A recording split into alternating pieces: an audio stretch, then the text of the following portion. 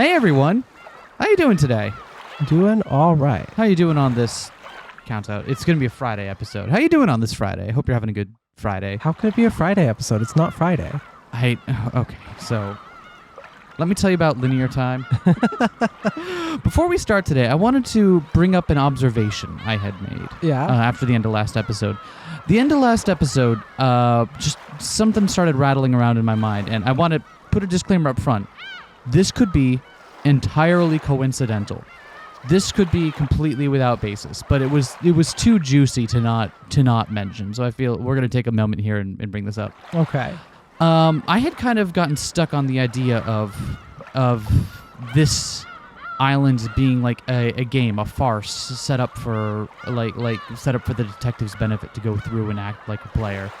Because like something that keeps coming up in this arc is how the characters kind of seem like not wooden, but they're like, how do we react to, clearly Lambda Delta is not the best GM in the world, right? And I got stuck on the idea that this almost seems like it's put on for the benefit of Berncastle, right? And her piece Erica, like, here's your island just made for you. And I had, just out of the back of my head, I remembered that there was a mystery book that had a very similar plot, or a very similar plot device called Shutter Island. By Dennis Lehane. It was released in, I think, 2003. And he's a very prolific mystery author, especially for one that would have been contemporaneous at the release of this game. And I'm like, I'll just look up the plot of the book. And I wind up... and there is just a lot of coincidences. I don't know if I had to track them up to, like, this is just regular tropes of the mystery genre, or if this is actually something, but the book focuses around a main character who is sent to investigate an escapee on this island, Shutter Island. And as soon as they get there, they arrive just before a massive storm, preventing their return to the mainland for a few days, right? So already we're off to a great start. And there's a bunch of other tiny details about how this plays out. One of the key points, the main character looks off the edge of a cliff and mistakes what he sees for a dead body. Climbs down there and instead discovers a woman who was thought to be dead, hiding inside of a cave. And I'd like to now gesture at the title screen for episode 5 here. And he starts uncovering stuff like the people on the island have been doing things. What is the phrasing that they're using here? They are, according to this woman's reports, the people on this island are attempting to create shells of human beings. So psychotic, they will be completely comfortable in committing absolutely insane atrocities against society. Again, something that just seems a little bit too on the nose. And the cincher for me, what really got me in the end was there's the final twist, which, spoiler for a now almost 20-year-old mystery book. Spoilers, Shutter Island spoilers. It turns out the main character killed his wife and child, and this is all, the whole acting out of this island is a farce set up to help him confront that. And when I read that twist, I'm like, oh, okay. It seemed a little bit too compelling of the parallels, and we know that Ryukishi 07 does take cues from very famous mystery novels, as people have mentioned, and then there were none, which I still don't know, but I know enough people do, and Vivian also assures me that there are direct references to that in this. Do you want me to spill the beans? No, it's okay. I'm fine not knowing. So that I'm willing to admit that it could be entirely coincidence, but there are just way too many story beats that seemed to be on the note, like very similar to each other, and it just stuck in the back of my mind, and I thought I'd share that with you before we started today. We know us here. We like to take bold swings. That's what we do. And maybe you're saying, like, wait, you're comparing Dennis Lehane to Agatha Christie? Yeah, Dennis Lehane is having worked in a bookstore for at least, past 5 years, but 5 years around before the pandemic. Is one of the most prolific mystery authors currently writing today and around that time period. That is not without the realm of possibility. Anyway, sorry for I made you listen to that. Let's go ahead and do this now. So, on your theory, who on Rokkenjima here is the Marshall Teddy Daniels? So what? The immediate guess would be Erica, right? But that doesn't. It kind of falls apart there at that point, right? Because now the different parts of the character have been divvied up between Erica and probably Natsuhi. Between Erica and Natsuhi. Anyway, all the new pieces, music, right? All the pieces from the game board were gathered. This sounds like some witch core if I've ever heard it. All of the humans, furniture, witches, and the witches on an even higher level had gathered in one place. Do you think it's witches all the way up? Oh my god, we're scrolling up. That has never happened before in this game. That place was like a solemn cathedral with an unbelievably high ceiling. White stonework, golden ornaments. Though there were windows, there were no entrances nor exits. It was a strange, strange place. But for some reason, no one wondered where this strange place was.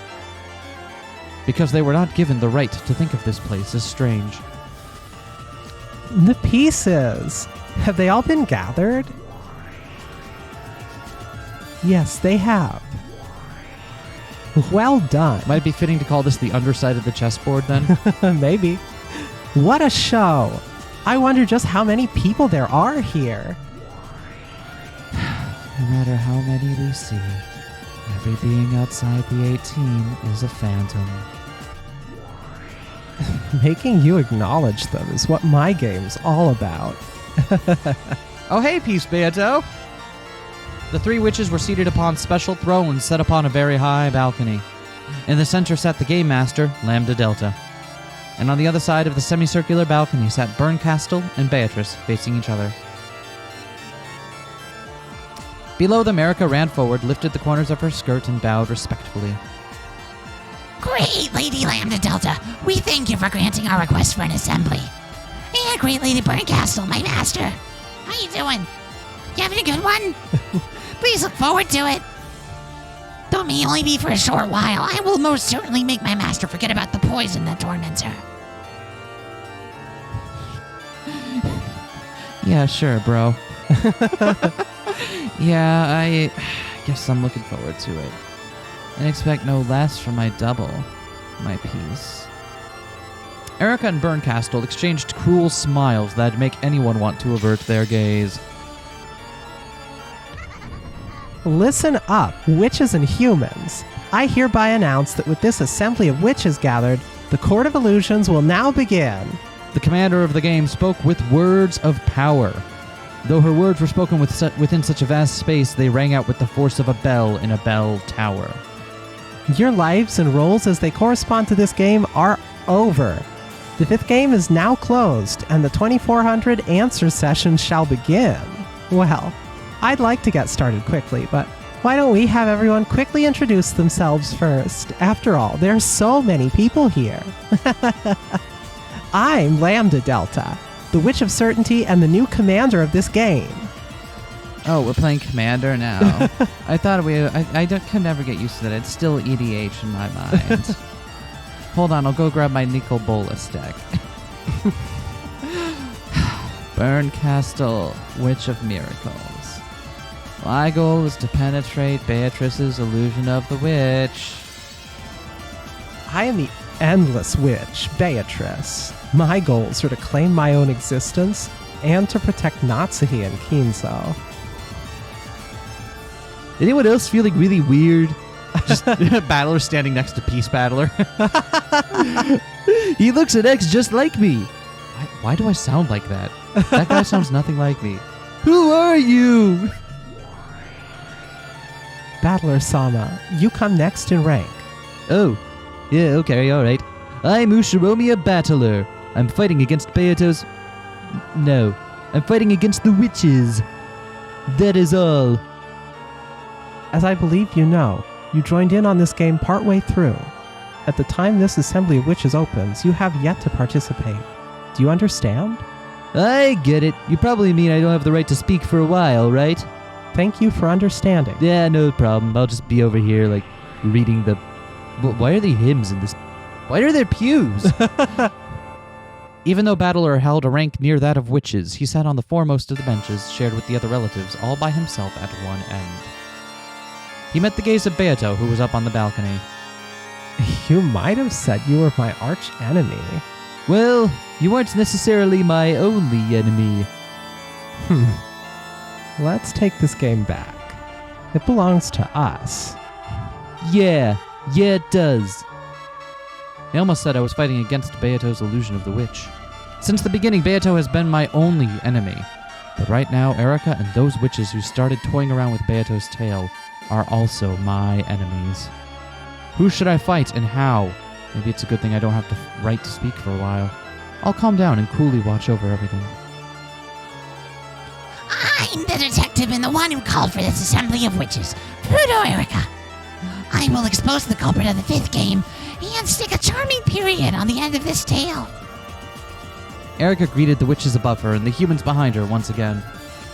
I'm also looking forward to it. Okay, remaining pieces, introduce yourselves in whatever order. Humans, introduce yourselves, all of you. When 45 urged him to introduce himself, Kinzo stood up. I'm Ushiromiya Kinzo.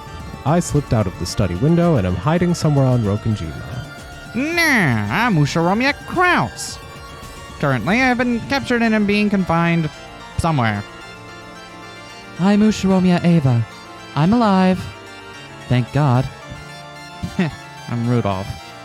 The rest of us are all Ushiromiyas too, so I'm just gonna leave off the family name, save us all some time, huh? I'm Rosa. Usha Rosa? Yeah? No? No take? Okay, I'll work on it. I was killed on the first twilight. Jessica. I also died on the first twilight.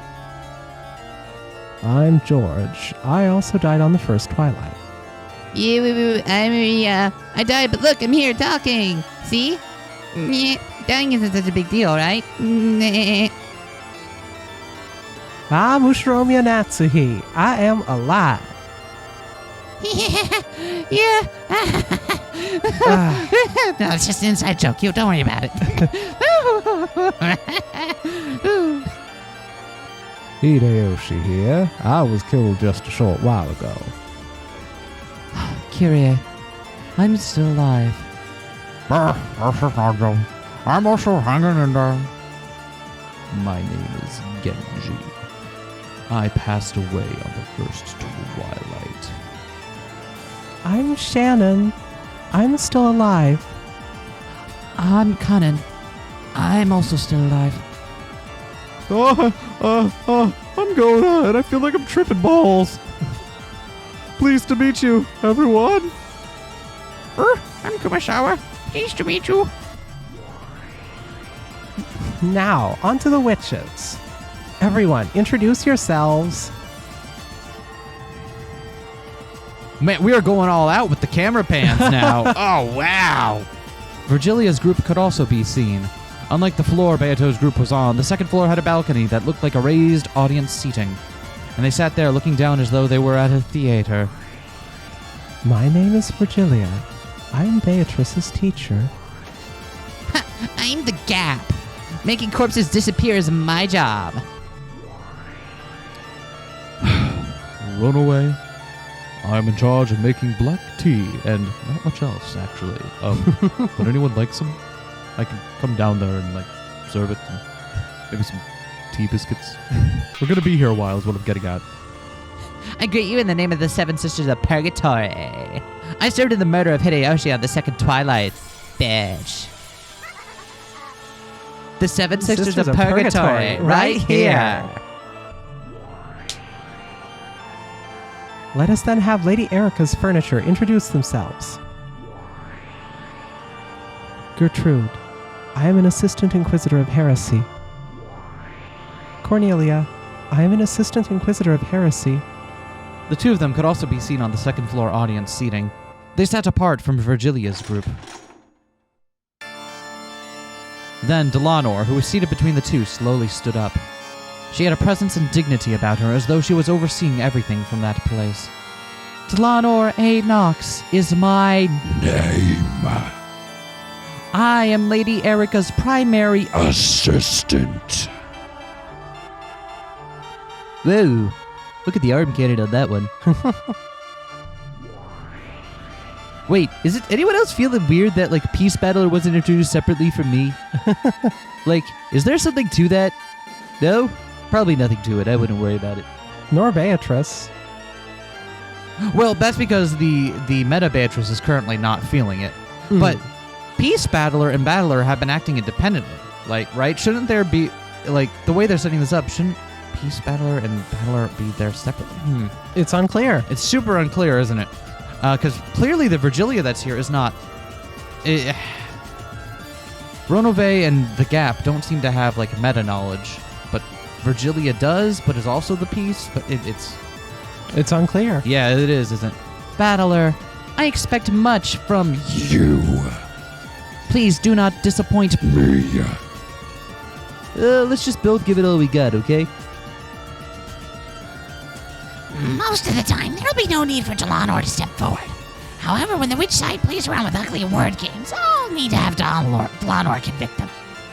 A miracle like the one in the study won't happen again. Ugh.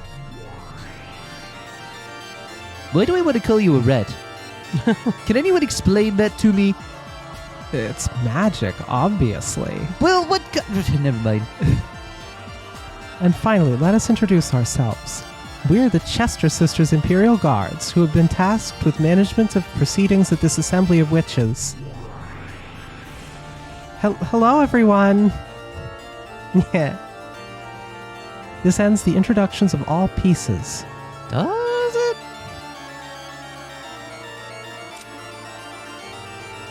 Is that everyone?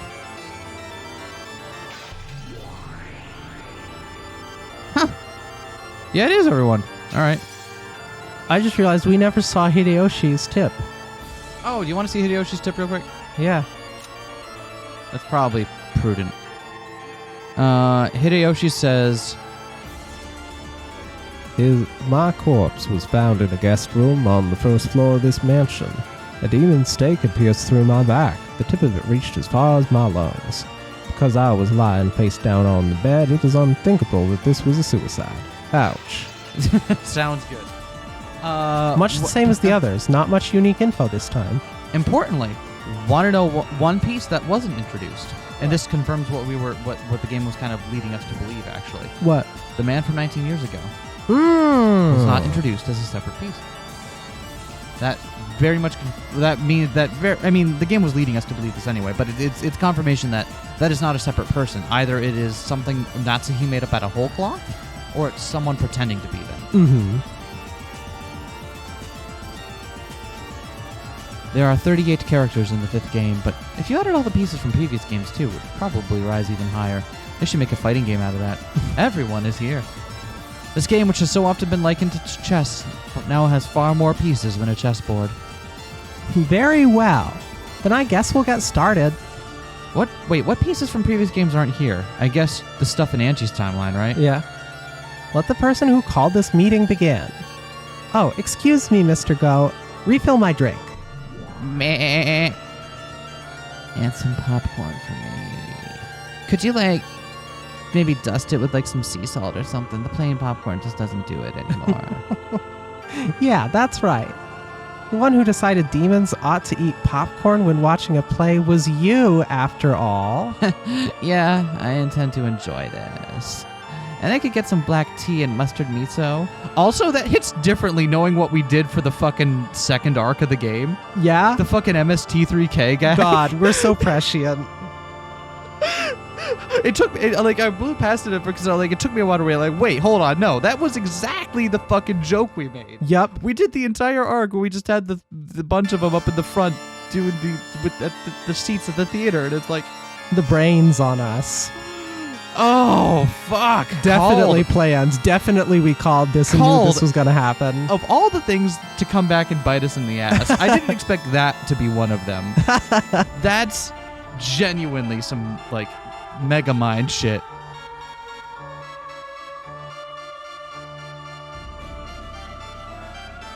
This is Lambda.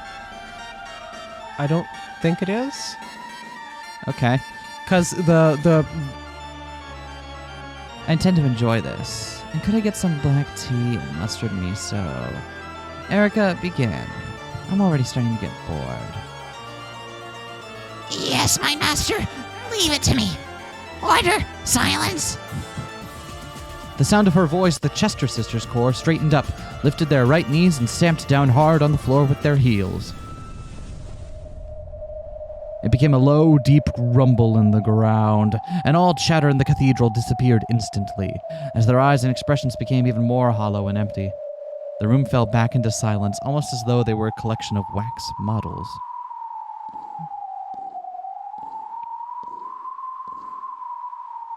Amidst this heavy silence, there was the sound of footsteps, as Erica walked out into the center where she could catch everyone's attention. When she signaled with her chin, a goat attendant appeared from behind a pillar and carried out a single plain chair out into the front and center of the room. It must have been the defendant's chair. I, Furuto Erica, will make an accusation.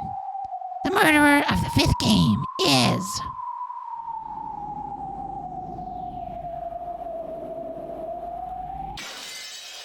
Ushiromiya Natsuhi-san. You are the culprit. Erica pointed at Natsuhi and spoke. The Natsuhi wax doll alone shook and regained its expression. It was an expression of panic. Chester sisters, please take the defendant to her chair. Understood. This is going to be Natsuhi. What are you doing? Let go of me. 45 and 420 both pinned Natsuhi's arms behind her back. We've decided, right? Yeah. Okay, cool. Just making sure. And led her to the chair in the center. I know it's 420 is not a caliber, but you know what? It should be. It should be the dankest caliber. Natsuhi resisted, but the Chester sisters were surprisingly strong, and she couldn't do anything. She turned to the relatives for help, but they just remained silent, like wax models. I, Furuto Erica, will now reconstruct why the crime was only possible for Ushiromiya Natsuhi. Beato, of course you'll be challenging this, right? Naturally. I am the Ushiromiya family alchemist, Beatrice the Golden. Furuto Erica, I challenge you. I'll take these false accusations you're trying to place on my master and tear them apart. Beatrice. Fear not, Natsuhi. Fear Natsuhi. I'll workshop that. I one. think it needs a little work. You are my master, and you are the true head with the one-winged eagle engraved in your heart. Do not fear a crime you have not committed. At those words, Natsuhi jerked back and gulped. Her panic finally disappeared, and she stood up straight. That's true. I am Ushiromiya Natsuhi. I will confront any challenge that would disgrace the Ushiromiya family. How can you try a bluff like that in a situation like this? You really are the bully kid in every single fragment, aren't you? So burn. That's a very interesting piece of commentary from Byrne there. Make your claims. I, Burn Castle, claim that a human, Ushiromiya Natsuhi, is the culprit of this game. And you too, Beato, okay? I, Beatrice, claim that the culprit in this game is not human. I am the culprit. Burncastle, who smiled daringly, and Beatrice, who smiled firmly, crossed gazes. Logic battles, logic battles, logic battles. I can to this hear the fucking music music. ramping up. I Yeah, can hear right? the music ramping up. This is fucking great. I am in it. Listen, witches and humans. Two claims have appeared for a single truth. Is the culprit a human, Ushiromiya Natsuhi? Damn it, her voice is spreading. Ushiromiya Natsuhi? Is the culprit a witch, Beatrice? The thing that we're alighting here is that it could be that there is someone who is a different culprit, I guess, but I don't have any other big ideas who that might be other than the sus we've thrown at Kumasawa for other stuff. If the witch wins, the truth about the 5th game will disappear into darkness. If Erica wins, the illusion of the witch will be wiped from the game board. In other words, for Beato alone, this is a battle that must not be lost. Are you prepared? And what am I supposed to be preparing myself for? This has always been just what I wanted. If Erica wins, the illusion of the witch will be destroyed. That means the existence of the witch will be denied. Beato was fighting for her life. However, this wasn't the only time she had been fighting for her life. It had always been a life-or-death struggle, even when she fought with Battler. Because if Battler had won and destroyed the illusion of the witch in the previous games, Beato would have been destroyed. Well, that's dirty. Erica alone has nothing to lose if she fails. I wonder.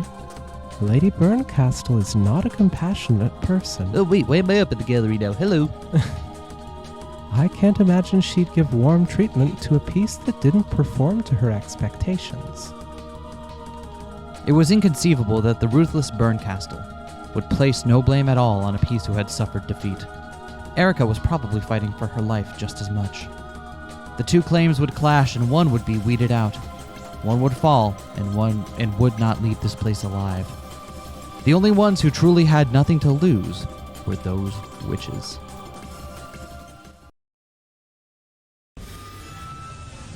Okay, no problems. Get started. In that case, I would like to go first. The murder of Hideyoshi-san is very simple.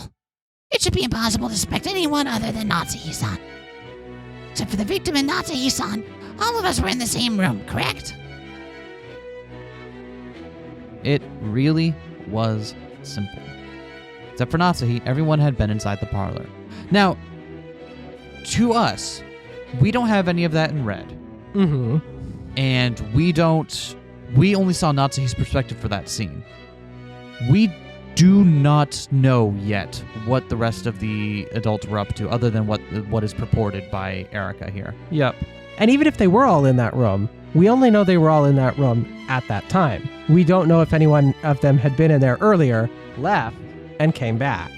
Right. So it's even if this is true, it's largely vacuous.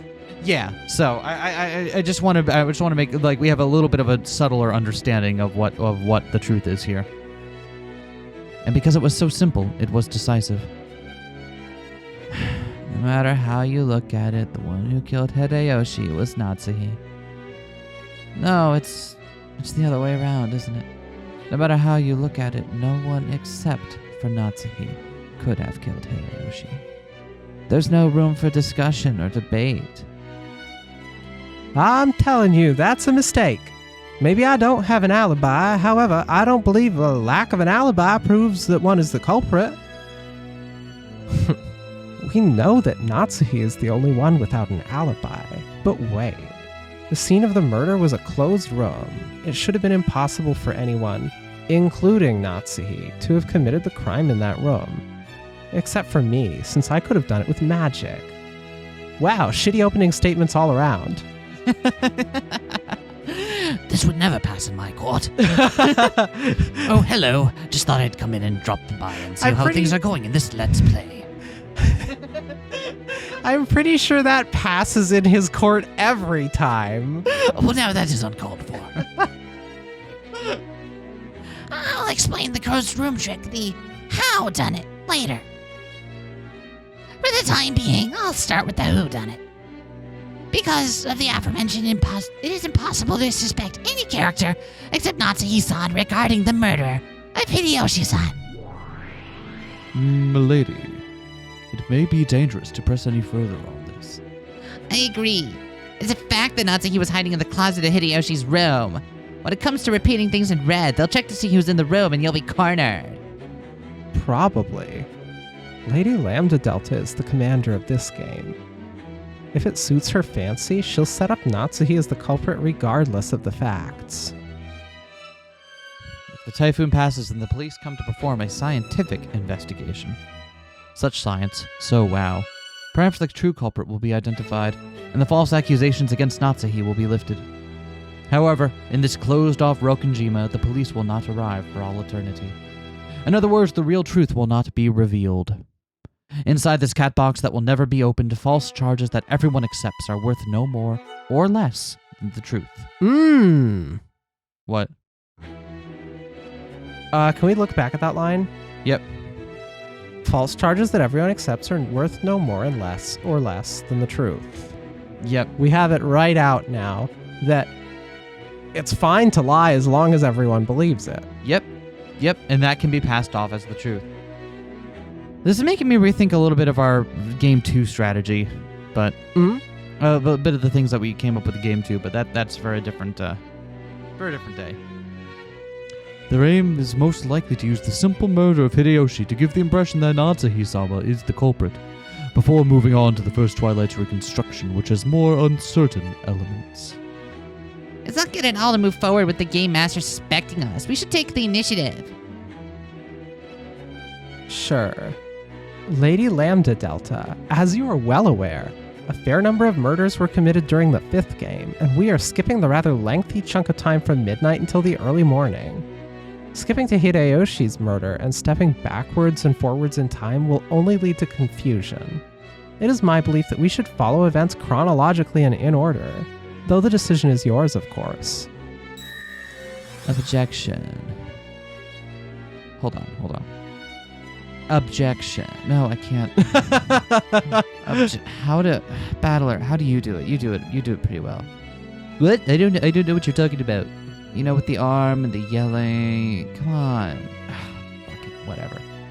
In the process of prosecuting the culprit, chronological order has no significance.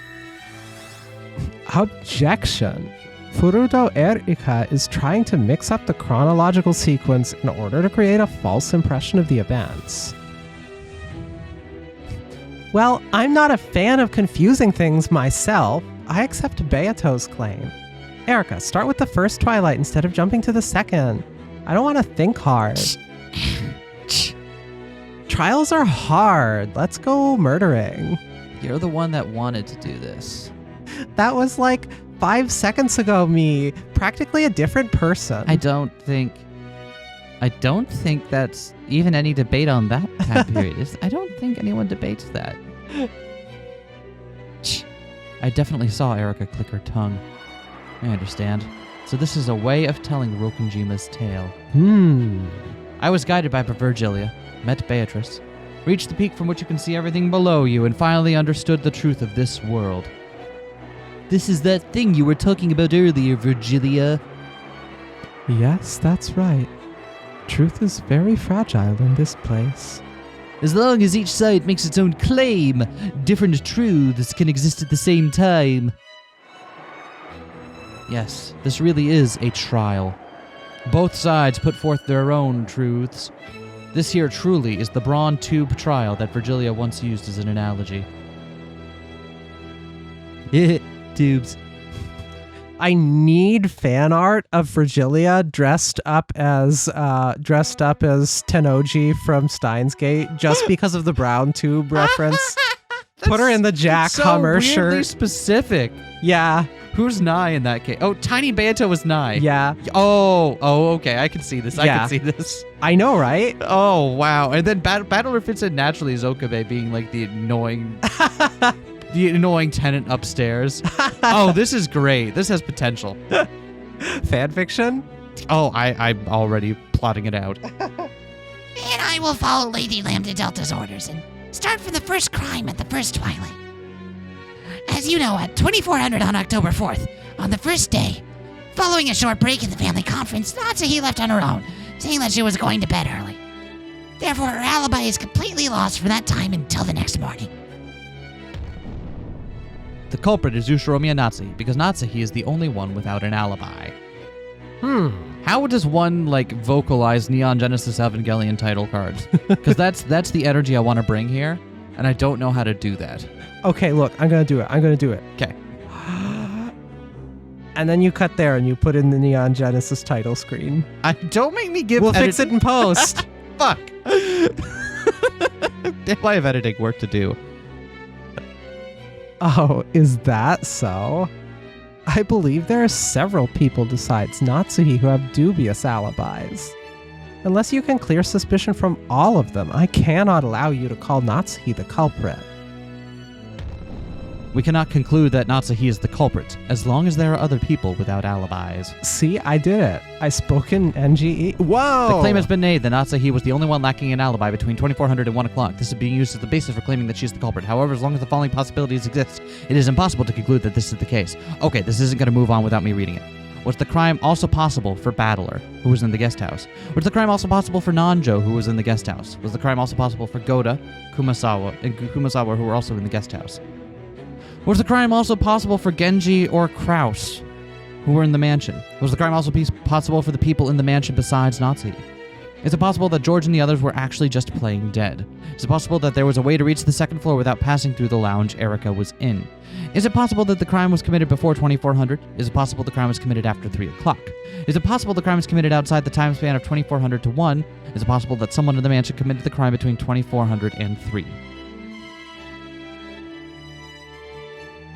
Jesus Christ. Okay. True. If Erica's gonna call Natsuhi suspicious so confidently, she's first gotta show that everyone else has an alibi. Right, Burn? Not really. Am I right? I don't think that's how Up top. Why are we... How? Why? How? This is my courtroom. You have to high-five me. How? Why can I hurt? Yeah, okay, fine, sure. Erica will explain that perfectly. The culprit is Ushiromiya Natsuhi because we will prove that everyone else has an alibi. Of course, my master. In that case, I would like to explain things in order. Let's forget about Genji's murder for now and focus on the crime in the guest house. For this case, you'd like to suspect the servants who were in the guest house, right? On that night, Goda-san and Kumasawa-san were there. Isn't that right, you two? When she turned to face the direction where those two were seated, those two wax models alone came back to life. They probably weren't even granted souls until they were allowed to speak. In that case, it would have been better if Natsuhi's soul could have disappeared as well. Natsuhi was in the defendant's chair, kept her soul the whole time, and was constantly hanging her head, looking nervous. Goda hurried to his feet and answered Erica's question. Oh, God, I am sentient again. I hate it here. Yeah, that's correct. Oh, that evening I was alone in the guest house servant room. Please don't send me back there. Well, look at my age. Staying up all night would be a heavy burden. Ooh, so I returned to the waiting room in the guest house and went to bed right away on my own. Yes. What terrible alibis. Doesn't that mean Goda and Kumasawa have lost their alibis? Kumasawa claims that she was sleeping alone in the waiting room. Goda claims he was alone in the servant room. Either of them should have had enough time to go to their cousin room and commit murder. Oh, what? Nonsense. Why would I do something like that? That's right. How could I ever kill someone? Ooh. We cannot conclude that Natsuhi is the culprit. After all, was the crime also possible for Kumasawa, who was in the guest house? Was the crime also possible for Goda, who was in the guest house? Natsuhi said it all. Both Kumasawa, who was sleeping alone in the waiting room, and Goda, who was alone in the servant room, are in the exact same situation as Natsuhi in her room. Both of them have lost their alibis. Have no fear. I guarantee that neither of these two are murderers. First off, following dinner, Kumasawa-san left the mansion with me and the others and went to the guest house. Entered the waiting room and slept until morning. It's the same for Goda-san. Once he finished with his job, he chatted with us in the lounge and went to sleep afterwards. Neither of them had the opportunity to commit murder. So we're finally here.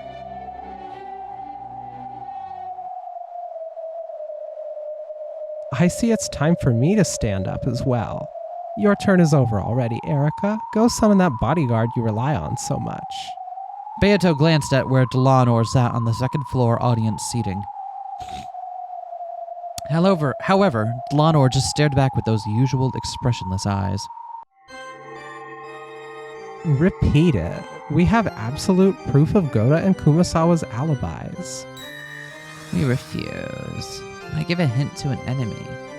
There's no way we'd answer. Ha! Did you hear that, Lady Lambda Delta? They say they have no proof. How could they claim that Goda and Kumasawa have alibis without proof? Good point. What do you say, Burn, Erica? How can you claim that Goda and Kumasawa have alibis? Fall back, Erica. My opponent is Dlanor over there. A mere human like you can be no match for a witch.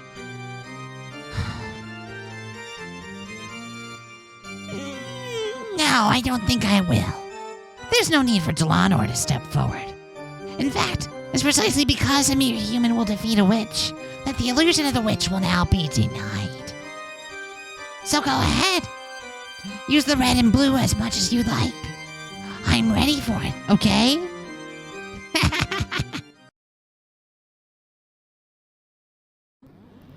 In response to Erica's challenge, Beato smiled boldly, yet gracefully, and slowly stood up. And they glared at each other between the floor and the balcony. Goda and Kumasawa have no alibis. The two of them were in the guest house and could have reached the cousin room to commit murder at any time. Whew. Unless you can deny that possibility, you cannot treat Natsuhi as the culprit. Hold on. Oh, hold on. Banger incoming. Banger incoming. Receiving transmission. Receiving transmission from Banger Incorporated. Beato's blue truth struck out rapidly. Oh no, she struck out? The curtain had Who's finally next dropped. in the batting rotation? Really? Okay. Okay. We're doing this, huh? Yeah. The curtain had finally dropped and the battle had begun. A human like Erica can't use any red.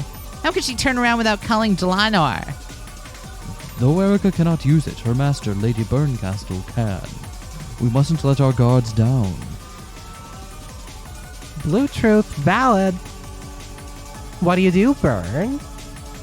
Will you or Dlanor step in instead? It is still not my turn. And it is not Lady Burncastle's turn either. Yeah, that's right. There's no need for us to show up for something like this. This is important precisely because a mere human like Furuto Erica will defeat you, Beato. Because you'll be defeated by a human, we'll know. We'll all know that the fake witch who calls herself Beatrice the Golden is nothing more than a subhuman phantom.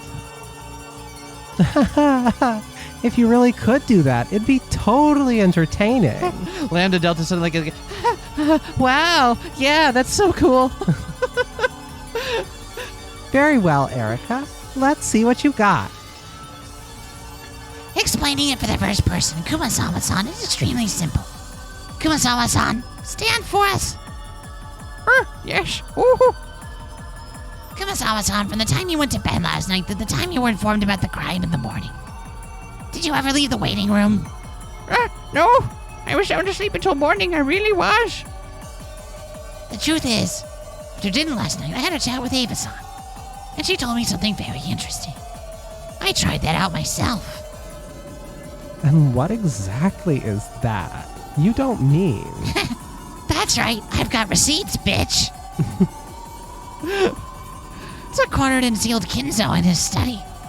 I learned that you can create a seal by putting something between a door and the frame. Are you kidding me? Did she actually do that to Kumasawa-san's waiting room? Erica was in the guest house, so there's no obstacle to her having been capable of that. After all, it was an unsettling night. A massive amount of gold had just been discovered. Many sorts of crimes might have occurred. Where there is a detective, there will be a crime. Kind of weird, actually, when you phrase it that way. Anyway, I foresaw that some kind of crime would take place. So we used this to seal away people whose alibis might otherwise be lost. Erica held a small folded piece of brown paper high in the air. After I watched Kumasawa-san, who returned to the guest house with me, say goodnight and enter the waiting room, I used this to seal the door. Then in the morning, when the crime was discovered and caused a big uproar, I immediately went to check on Kumasawa-san's waiting room, where I confirmed that the seal was still set. Therefore, I could prove Kumasawa-san's alibi. Can we talk about how much I love her angry eyebrows? Face. Woo! I've got angry eyebrows. This track fucking rocks. Yeah? Yeah. Hey, to Umineko Hive Mind, let me know the track name for this one in the comments, okay? Y'all have been great about that. I appreciate it. Keep track of which tracks we haven't said this for, because I'm betting the number is small. Good. A wonderful alibi. Not a single gap. Achoo. You all right over there? Yeah, I'm fine. Just, yeah. It's spring, right? We're all kind of going through it. Kumasawa returned to the guest house with it. Oh, right. Kumasawa returned to the guest house with Erika, went to the waiting room to sleep, and never left the room until morning. Are we just gonna... In other words, after Kumasawa returned to the guest house, she never went to the second floor until morning. Okay, but... Interesting. I mean, there is another way out of her room, right? Like, she's got a window. Yeah. The proof Erika had shown was elevated by Bernkastel and became red truth. The truth which had become red could no longer be overturned even by Beato. But the only red part of it was... Kumasawa never went to the second floor until morning. Okay. In other words, in that instant, Kumasawa's perfect alibi had been absolutely guaranteed. Oh, then what about Goda? Goda-san holed up in the servant room right after reaching the guest house. I sealed him up in the same way. Then when Rosa-san returned at 1 a.m., I happened to notice her when I stepped out into the corridor. I let Kyoto-san, who was still in the servant room, know this. At that moment, the seal was still in place, so by the time we arrived at the guest house until about 1 a.m., Goda-san never left the servant room. And afterwards, he was with me in the lounge until about 3 a.m. After 3 a.m., I was on the second floor, so I can guarantee that Goda-san didn't come up to the second floor.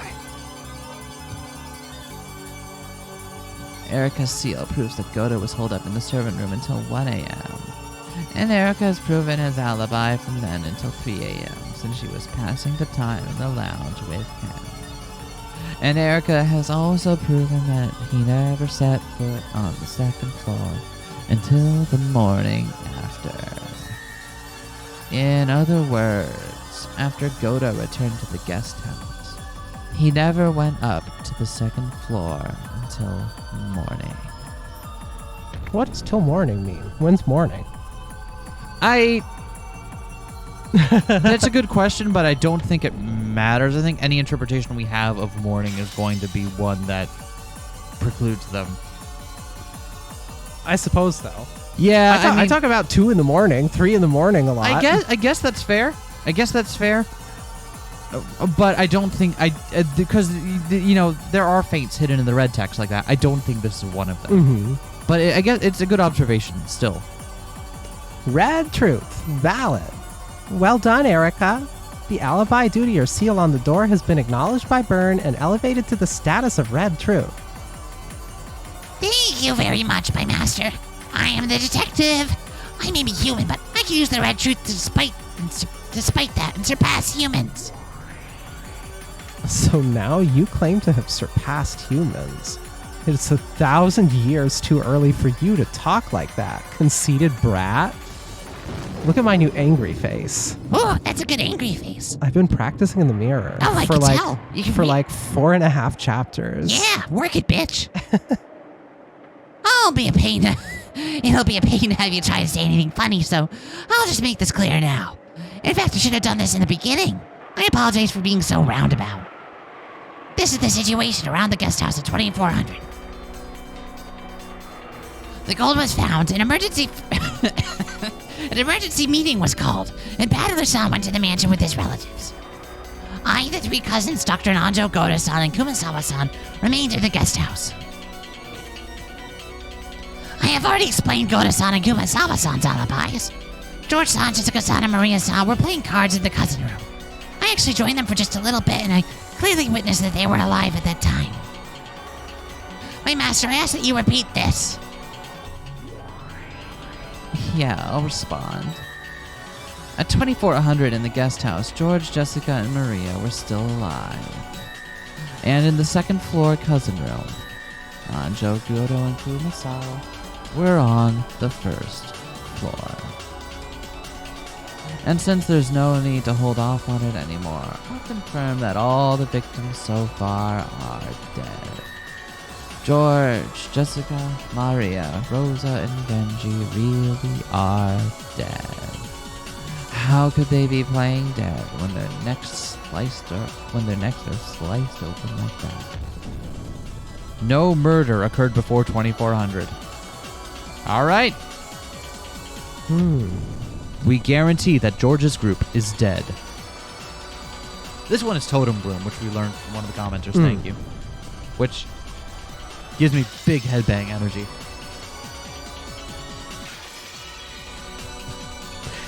Why the heck did we make all these fucking checkboxes out of glass? Every time you try to check one, it fucking shatters in your hand and you get like glass shards. I don't know. You're the one who put it together. You're the judge, aren't you? That was like 5 seconds ago, me. I think we established this. Thank you for repeating that, my master. If we hadn't made these things clear, you might have started going on about how they were already dead before I guaranteed everyone's alibis, or that they weren't actually dead at all. Unsurprisingly, Beato's side couldn't get away with the simple plan of claiming that the victims were only playing dead. But in order to overcome Goda and Kumasawa's alibis, it should have been possible to suppose that the crime occurred before those doors were sealed. Which hit singles did Simple Plan have? I don't fucking know. I have them confused in my head with Sum 41. They're essentially the same, I'm sure. Every fucking pop punk band from that era, I don't fucking remember. Sum except 41 for Sum and 41 Crush 40 182. should do a double album together. What? Sum 41 and Crush 40 should do a double album together. Then it'd be called Crush 81. Crush 81.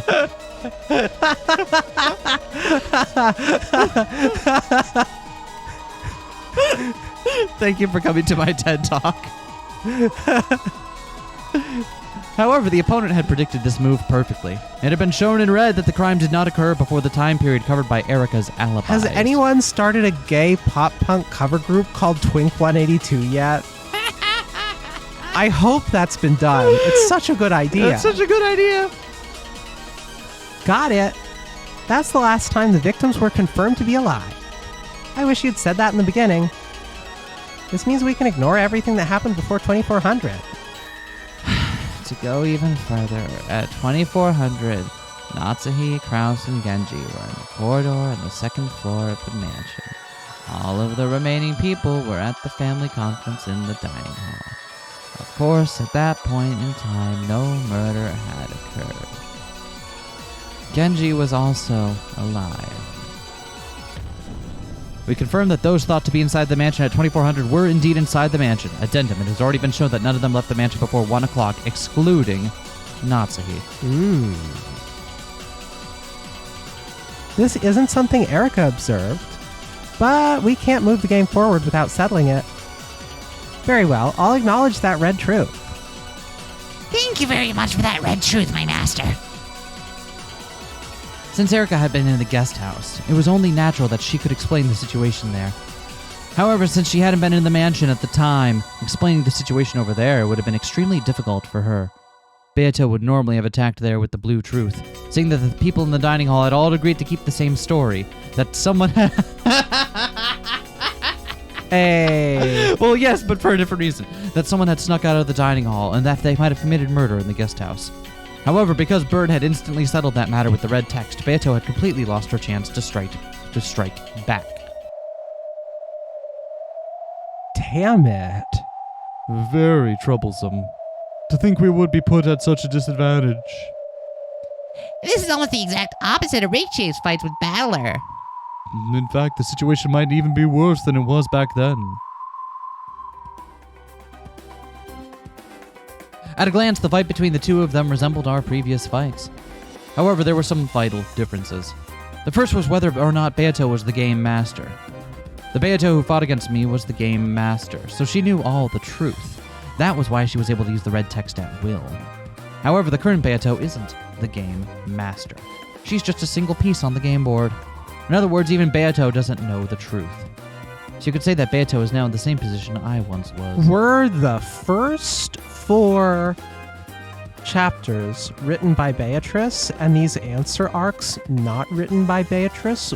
Are these accounts written by someone else now? Maybe. And it would also explain why the authorial voice is all wrong. Yeah, maybe we did talk about Beato being the author at one point. Yeah. Although Erica may seem to be in the same position I once was, the situation for her is totally different. She's connected to the witch called Burn Castle. Yeah, that's me. Even though she isn't the game master, she's capable of elevating Erica's statements to become Red Truth. Because of this, Erica can use the Red Truth even though she's neither a witch nor a game master.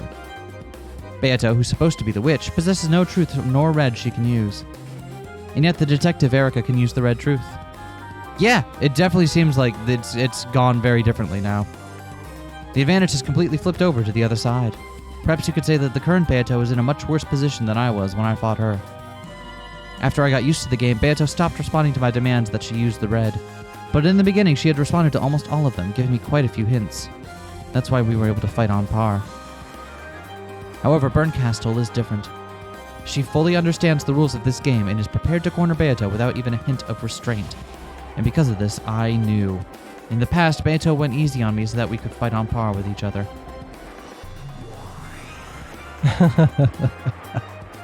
This has become quite an amusing fight. I see. So I must fight from the position Battler once stood in. Beato. In the past, I've insulted... Could you just crouch down just a little bit? Your hair's in my way. I can't see.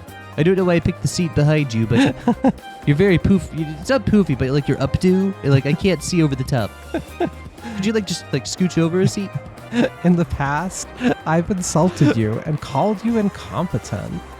I can handle much, much worse than this. So is that a no?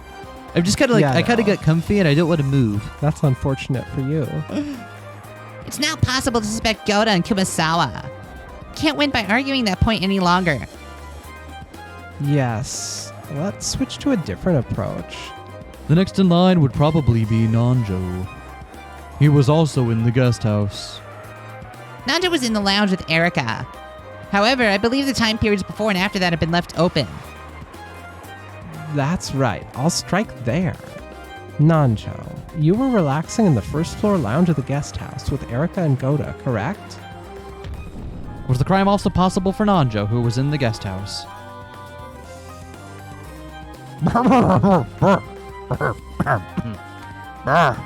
Yes, I was with Erica-san the whole time. And during what time was this? From 1 a.m. to 3 a.m. Yeah, that's right. It was the period between 1 and 3. Dr. Nanjo, Koda-san, and I were relaxing in the lounge. Repeat it, my master. I'll respond. From 1 a.m. to 3 a.m., Erica, Nanjo, and Goda spent their time in the lounge on the first floor of the guest house. Though she had flat out refused to repeat what Beato told her to, she responded to Erica's demand immediately. The Red Truth was starting to corner Beato. She grimaced as though in pain, but she still struck back with the Blue Truth. No, perhaps she really was in pain. Now that the characters apart from Natsuhi have had their alibis established, the illusion of the witch is also being denied. Beato perceived the denial of her existence as pain. Even so, he shouldn't have had an alibi for the time period before and after you were in the lounge. It was possible for Nanjo to commit the crime too. That's right. I get that Nanjo was in the lounge with Erica from 1 to 3, but what about before and after that? What about that, Erica? Yeah, first the alibi for before 1 a.m. This is no problem at all. I played cards with the cousins in their room until 2400. Then went downstairs to the lounge where I met Dr. Nanjo. That's right.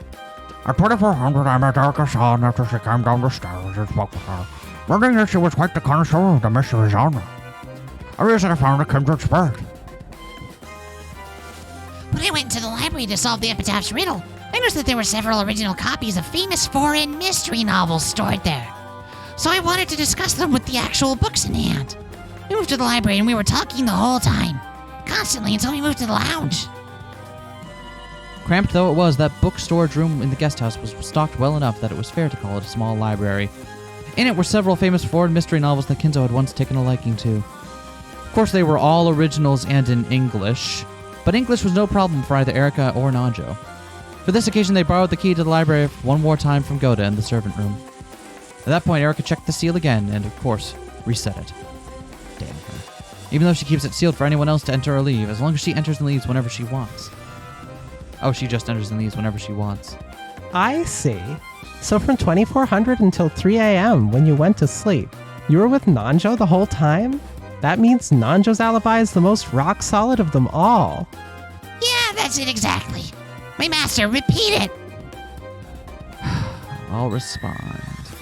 After 2400, Erika was with Nanjo the whole time until 3 a.m. At 2400, the crime in the cousin room still hadn't occurred. So this way, an alibi had been established for the period before the time they were in the lounge. After that, we all walked out of the library and into the hallway at 1 a.m. We just happened to bump into Rosa-san once she returned. I then told Golden-san about that. I figured it was probably a servant's responsibility to welcome in a guest. Oh, Goda asked if he should bring a towel, but Rosa had refused. She quickly headed up to the second floor. At this point, Erika, Goda, and Nanjo gathered together and decided to have a drink. Their alibis in the lounge up until 3 a.m. have already been proclaimed and read, so there are no problems there. Aside from the part where they gave Erika a drink. Let's continue on to after 3 a.m. This is when I was trying to get really tipsy, so I'm gonna need some backup on this one. Had to have something to wind down after all the coke. Nothing takes the edge off of the nose candy like a big thing of absinthe. This is Dr. Nanjo's alibi after we split up. At 3 a.m., Battler-san returned and the people in the lounge went their separate ways. Dr. Nanjo, Battler-san, and I went up to the second floor, and then I said goodnight to Dr. Nanjo. This time, of course, I put a seal on the door to the doctor's room as well. And it went unchanged until the crime was discovered. I flew out of my room at the same time as Battler-san's scream and checked to see that the door to Dr. Nanjo's room was still sealed. Therefore, Dr. Nanjo's alibi is perfect, both before 1 a.m. and after 3 a.m. Oh, that's the kick again. Anyone got a mirror? And like a razor blade or like a credit card?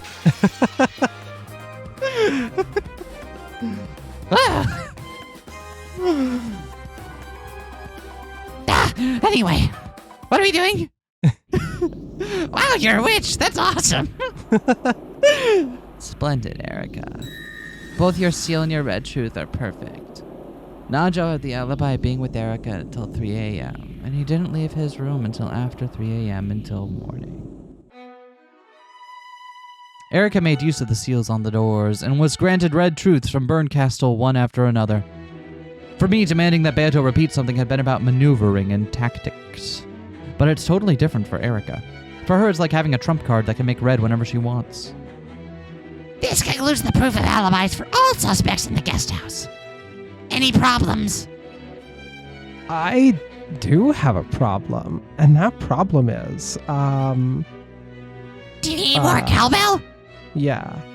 Donk, donk, donk, donk. Thank you, I feel much better. I'm glad I can help. I want you to feel perfect before I shove my fist in your face.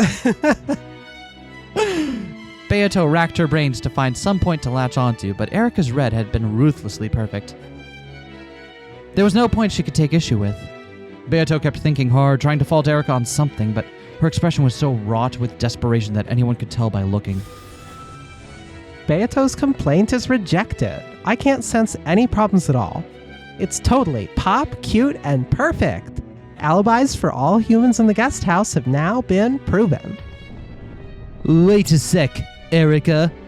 I've got an objection!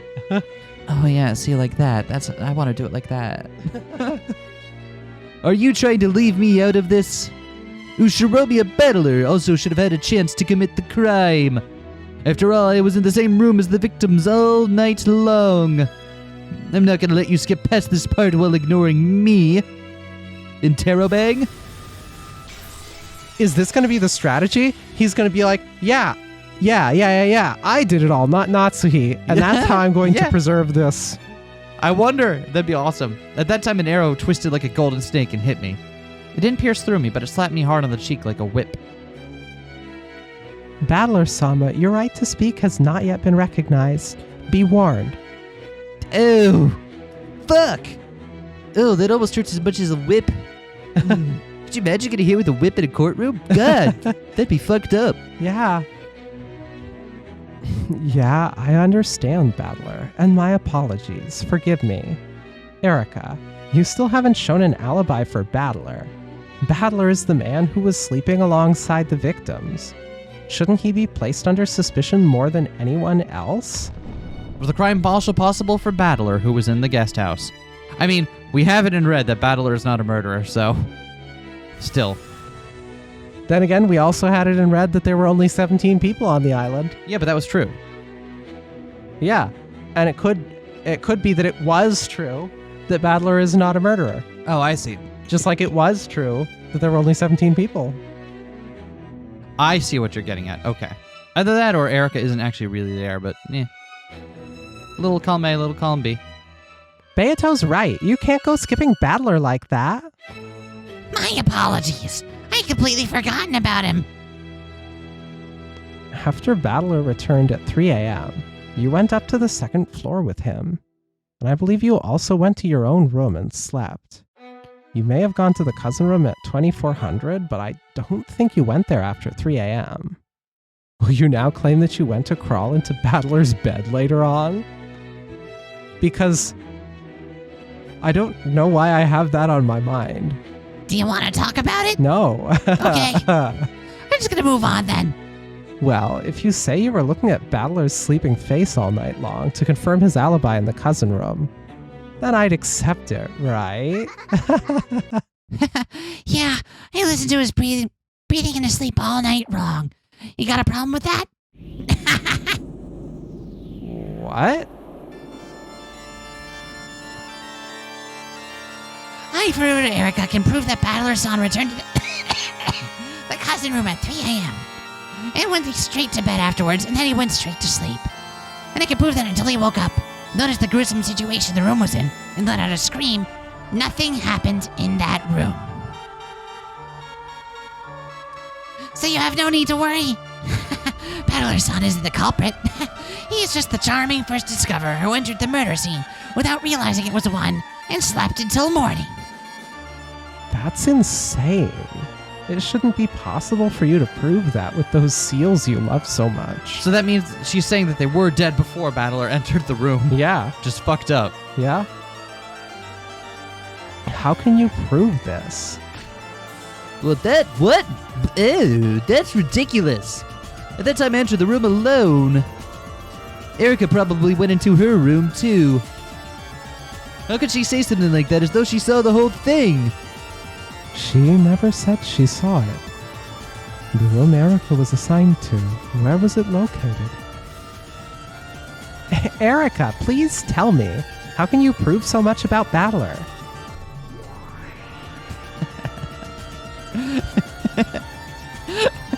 Expect no less from a true detective. That's not out yet, Burn. Shut up. It's out when in my region. I just used a VPN and I can watch the stuff they have in 2005.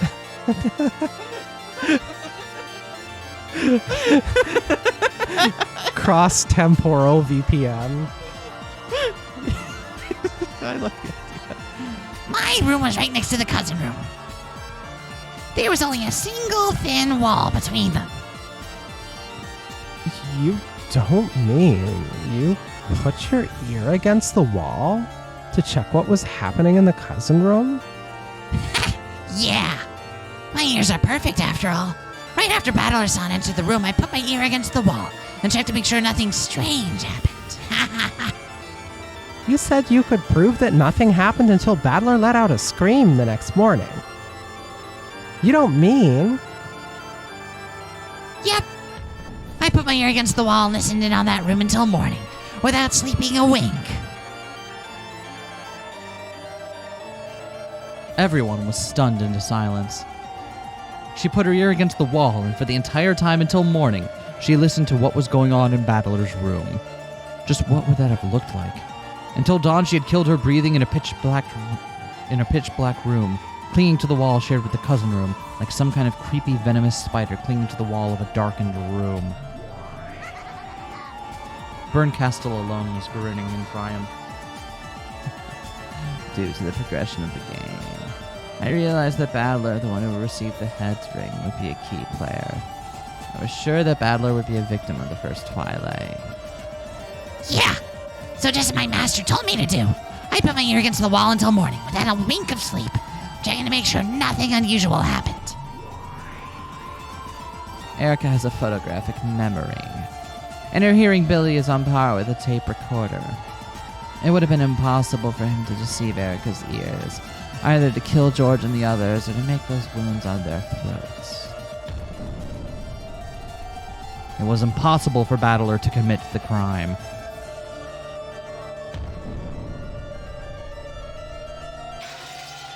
Damn. We're almost halfway through these. Shit. Who's talking? This is Lambda. Okay. It's an accepted power of the detective's authority. I have no choice but to acknowledge it. I'll confirm it in red. Ushiromiya Battler returned to the cousin room at 3 a.m. and fell asleep. After that, until the discovery of the crime, absolutely nothing out of the ordinary happened in the room. In other words, it was impossible for Battler to commit murder or damage the corpses.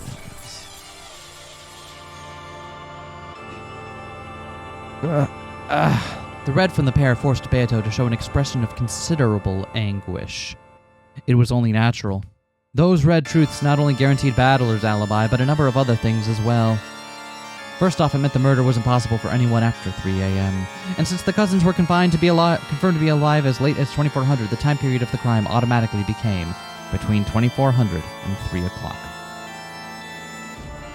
That meant the alibis for all people who weren't in the guest house before 3 a.m.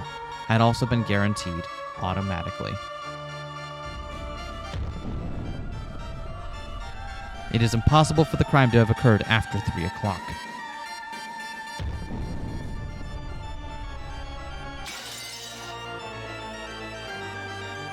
This is fucking awesome, by the way. That one hurts a lot, actually. We don't have Krause's location, do we? No, we don't. Kraus and Genji are the two big. Although I could see her having to kill Genji on her way out, right? What? Like, because they're fingering Natsuhi for this, right? Which is also what we're doing. So it's like. So, Oh, it is? I'm not. Oh, really? Yeah, I don't still think am. Natsuhi did it. I think it's way too convenient. I think that's part of the point of this one. But because this is very much the primer on okay, here's how you take these seemingly contradictory things and put them together into something you can use. Okay. After 2400, Erica was in the guest house the whole time. So it should have been difficult for her to prove alibis for all the people in the mansion. It should have been almost... It should have been also almost impossible to prove alibis for Ava and the others, but now all she has to do is prove that they never visited the guest house between 2400 and 3. And she can prove all those alibis as well. Sorry, Richa. Anyway, we'll have to construct it so that the murders were possible before 3 a.m. And we have to prove that it was possible for one of the people in the mansion to do it. The people who had been in the guest house all had alibis. The crime didn't occur before 2400. The crime couldn't have occurred after 3 o'clock. In other words, there was no way for the murders to happen unless someone from the mansion committed the crime between 2400 and 3 o'clock. It's possible that someone in the mansion committed the crime between 2400 and 3 o'clock. In order to protect Natsuhi, she had to establish that it was possible for someone other than Natsuhi to commit the crime. Ironically, the witch had to prove that a human had committed the crime. Still, this is getting pretty difficult. Until 3 o'clock, Erica was in the lounge, and you have to pass through there to reach the second floor. In other words, she's practically like the manager for the guest house second floor. This tactic may be a bit overused, but if it was possible for someone to go up to the second floor without Erica noticing, we should be able to prove that the crime was possible for anyone. Well, we already kind of know that it's possible to get out of the second floor without going down the stairs. Yep. Because of how Ava gets out of the room in EP3. Hideyoshi's providing the cover for her the whole time, right? But obviously Ava left that room, got past everyone somehow, who was downstairs in the lobby, the lounge. There we go, and went on and did some moitoring over in the mansion. So we know there is a way. It's probably possible for a human to climb up to a second-story window if they really wanted to. Could there possibly be a way to reach the second floor without passing through the lounge Erica was in? Of course, Beato had also thought of striking back that way, and Berncastle must have thought this as well. Battler, Nanjo, Goda, Kumasawa. We realized that the crime was impossible for all these people in the guest house. However, what about the humans in the mansion? As I have already said, my master has even proclaimed with the red truth. I was in the lounge on the first floor of the guest house. And to reach the second floor, one must pass through the lounge. In other words, it was impossible to reach the second floor without me seeing it. And what if that wasn't impossible? For example, what if someone had placed a ladder against the outer wall of the guest house and snuck in through a second-story window? There must be a way to reach the second floor without passing through the lounge. That way, it would be possible to reach the crime scene without you seeing it. But all you're doing is helping prove how Natsuhi could have gotten in. If she just hadn't pressed this. If she just hadn't pressed this, they wouldn't have been able to prove that. They could have been like, well, Natsuhi couldn't have done it. You didn't see her go by you. QED. Yep. But the fact that they're so desperate to prove. Don't you see what you're doing? This is like the first day of an Ace Attorney trial where you spend all this time proving something and then Francisca turns around and has been like, Guess what you just proved, Monsieur Right. Beato finally struck back. Before now, she'd let Erica take total control and attack her with the red over and over. During that time, Beato's counterattacks with the blue truth had been few in number, even including this one. Of course, I knew you'd try saying that. I couldn't have my lookout in the lounge become meaningless. So first I must prove that my lookout was perfect. First off, because of how the guest house is constructed. It's impossible to reach the second floor without me seeing it from the lounge. There are no places under cover, nor are there any physical mental blind spots. May masters repeat it. It is impossible for someone to reach the second floor of the guest house without anyone in the lounge noticing it. Though, of course, this only refers to reaching the second floor from inside the building. Good, my master. So next is Lady Beatrice's theory that there might be a way to reach the second floor from the outside. This really is a problem. After all, there are all the trees around that could probably be climbed, and someone could have used a ladder. Even crawling up the rain gutter can't be ruled out as impossible. But I can't let you do that. Oh, you won't let me? And how's that? Did you stay up all night circling the guest house? No, you couldn't do that. You were in the lounge. From the lounge, you can only see a small part of the outer perimeter through the window. That's true. I could have prevented all methods of climbing up to the second floor from the outside. However, I was able to prevent all entry to the second floor. Prevent entry? I had already foreseen this move. Which is not good for us. How terrifying that she would be so persistent. Because of how the guest house is constructed, the windows are the only method of entry from the outside to the second floor. The locks? Not important at all. I only had to prove that none of the windows or shutters were opened even once. After I witnessed the location of the hidden gold, I returned to the guest house and immediately began severing all methods of entry to the second floor of the guest house. Then it did pass through the lounge. Yes, it's exactly the same. No different from the rest. Don't tell me. You use that seal of yours on all the windows of the guest house? In that weather, dressed like that? Well, I did in my swimsuit for when I drifted here. Plus, I was really high on coke at the time, so, it seemed like a better idea than it probably was. Oh, fair enough. We've all been there. Yeah, we've all been there. Yeah, we've all been. Wait, what? You're insane. At a house where you were welcomed as a guest? You did something like that in the middle of the rain even though nothing had happened yet? For a normal human, it would have been an action so suspicious as to be completely impossible. However, she is the witch's piece. In the middle of all that rain, Erica sealed all the windows from the outside to create an alibi showing that no one could have snuck into the guest house from the outside. She climbed up the wall herself and did that to all the windows on the first and second floor. No, to all things that could possibly have permitted entry. Well, after hearing that she'd listened to the cousin room all night long without even sleeping a wink, this new bizarre action didn't seem quite so impossible. It probably also looked like a venomous spider. Disgusting spider crawling over the outside guest house wall during a storm.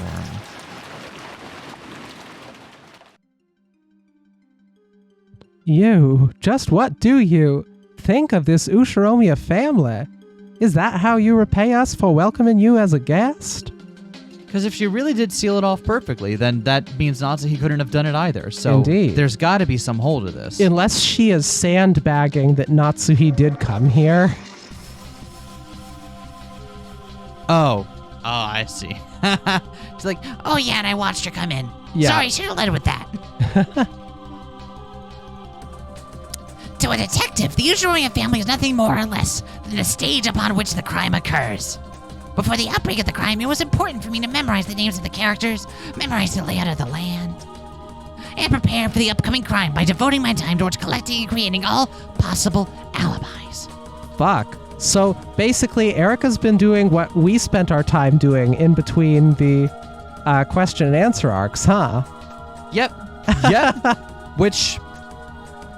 Yep. From my perspective, detectives who don't prepare anything before the outbreak of the crime are pretty third-rate. After all, we all know that someone will die whenever we spend the night. Furthermore, at the time the crime was discovered, Erica confirmed that none of those seals had been broken. That's why Erica wasn't the first one to reach the cousin room when the corpses were found. Even without inspecting the corpses, she could be certain of several things thanks to the Red Truth. It was more important to check all the seals and construct alibis. My master is perfect. All I did was prove everything perfectly by following the master's orders. Well done, Erica. My double, my piece. What do you think, Lambda? Doesn't this prove that Erica's lookout in the lounge contains absolute reliability for constructing alibis? There's no way to reach the second floor without passing through the lounge. Did we already establish that none of those deaths were suicides? We haven't on this one, although I find it difficult to figure out how they all did that to themselves, but... Not all. One of them kills the others and then does it. Okay, yeah, sure. Genji could do it. True. Yeah, I acknowledge it. Erica, your seal is perfect. I'll acknowledge it in red. It was impossible to reach the second floor of the guest house without passing through the lounge, and impossible to reach it at all without Erica, who was in the lounge, knowing about it. Thank you very much, Lady Lambda Delta.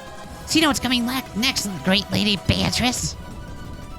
Therefore, the time of the crime is limited to the single hour between 2400, when they were confirmed to be alive, and 1 a.m., when our party in the lounge started.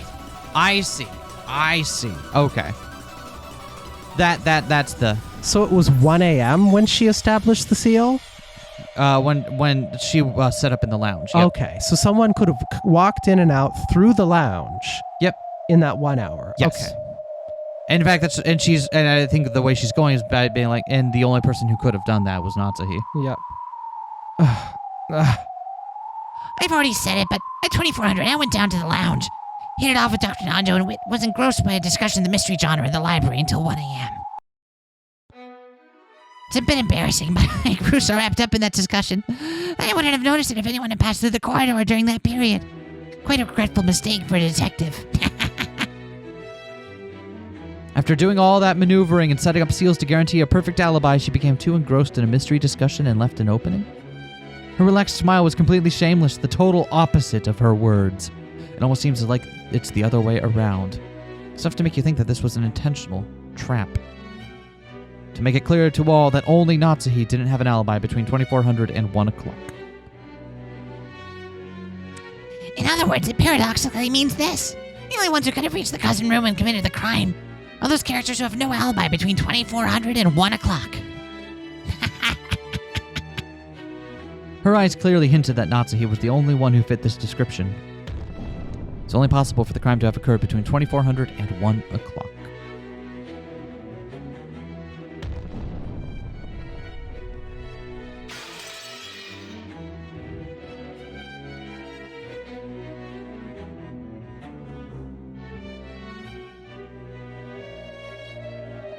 It should have been a crime whose time and location were completely unknown during that long night. But because of all the alibis Erica had constructed, it had been limited to a time period between 2400 and 1 o'clock. Erica left the cousin room at 2400. That marks the last confirmation that George and the others were alive. And after the party in the lounge started at 1 o'clock, it was impossible to reach the cousin room by any method. You know, if we didn't have it in red that you can't suspect the detective, I'd almost say Erica killed him. Yep. You know what I mean? Yep. She's a fucking psychopath. Damn her. And from a mere human. This is quite bad. The night has been sealed up into an hour, and at this rate, there won't be many suspect pieces left. Damn it, Lady Burncastle. Nicely done. Unlike Battler, I'm not an idiot. Hey! I said what I said. After watching this game 5 times, I've got more than enough cards in my hand.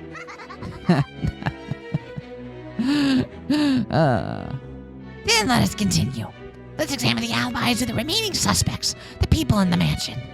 After all, we only have to worry about the single hour between 2400 and 1 o'clock. That shouldn't be difficult at all. Let's start with 2400. At this time, Natsuhi, Kraus, and Genji are in the second floor corridor, and all the others are in the first floor dining hall. This has already been shown by my master's red. Yeah, that's right. At 2400, Natsuhi, Kraus, and Genji were in the corridor on the second floor of the mansion. The rest of them were in the dining hall on the first floor. And as you know, there was a mysterious knock and a letter with the one-winged seal on it appeared. The discussion surrounding that continued on until 1. Say it with the red truth. All the people in the dining hall, not one of them left the dining hall until 1 a.m. Including Natsuhi, Kraus, and Genji. None of the people in the mansion left the mansion before 1 o'clock. Yeah, and this does kind of roll with what I would think what happened up in the hallway. Kraus was trying to be like, maybe we should just come forward and tell them about it. And Natsuhi's like, no, fuck no. We're not having done all this for nothing. I need to protect Kinzo at any cost, even if it means murdering a bunch of people, including my fucking husband. And kid. And, you know, Kraus and Genji would have had to have gone first because they were the 2 people right next to her. How would this defend the Ushiromiya family? Because it's a witch. Because it's a witch. As long as she can claim it's a witch moving around, then like that magic stays alive, right? Since the possible times for the crime had been limited to between 2400 and 1 a.m., the adults in the family conference who were confirmed to not have left the mansion between 2400 and 1 o'clock had proven alibis. And how do you intend to prove that? Erica's in the guest house. Did someone prove it by using one of your favorite seals on the dining hall door? You have no convincing evidence or proof. The red truth is simply truth. And there was no need to provide evidence, proof, or room for a counter-argument. You made My brother in Christ, you made that truth.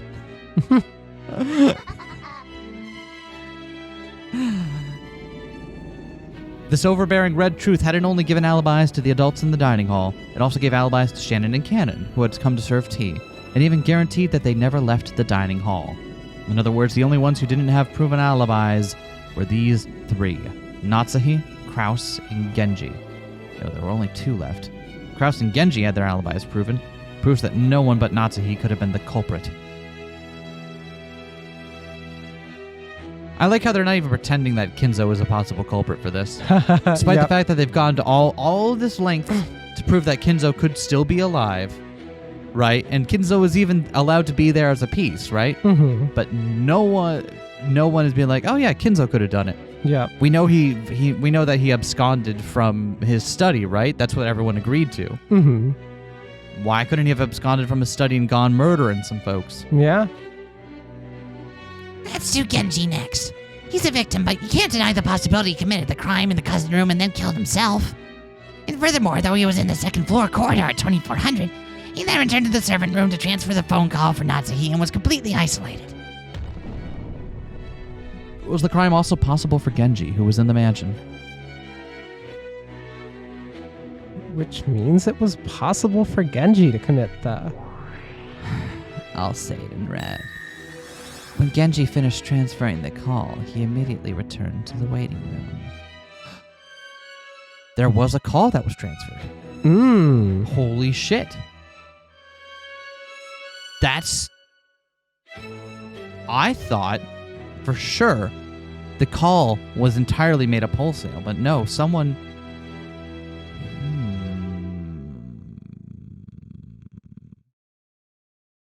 If that call indeed had happened, maybe what the, quote, the man from 19 years ago convinced Natsuhi to do was something different than what we heard. Interesting. That's just a cold, hard truth, without any evidence. Proof seals their alibis. Got it? Get dunked on. Then at 1 a.m., there was another break in the family conference and Rosa returned to the guest house. At that time, I'm truly thankful for your cooperation, Ufuromya Eva-san. Please rise.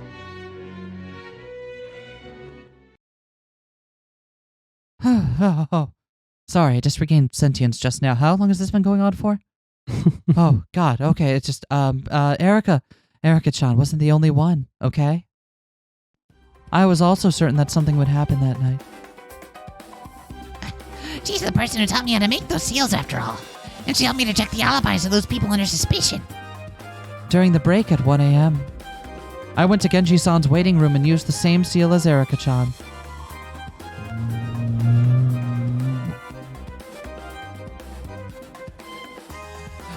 Okay, but... Why does it matter at 1 a.m.? No, why is it... No, that's not what's bothering me. It matters that Ava's doing it. Yeah, that too. Why would Ava have a reason to suspect that that was happening? Yeah. Interesting. I find it... So what are we trying to establish here, though? I thought all we had to do was prove that between 2400 and 1 a.m., they couldn't have done it. Yeah, okay, let's let this play out for a bit here. Wait, when... Rosa died, right? Yep. She didn't leave until 1 a.m. We just heard, right? Can we scroll back up?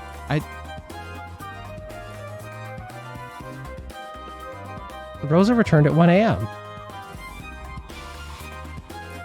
Wow, okay, yeah, so... What the fuck? The fuck?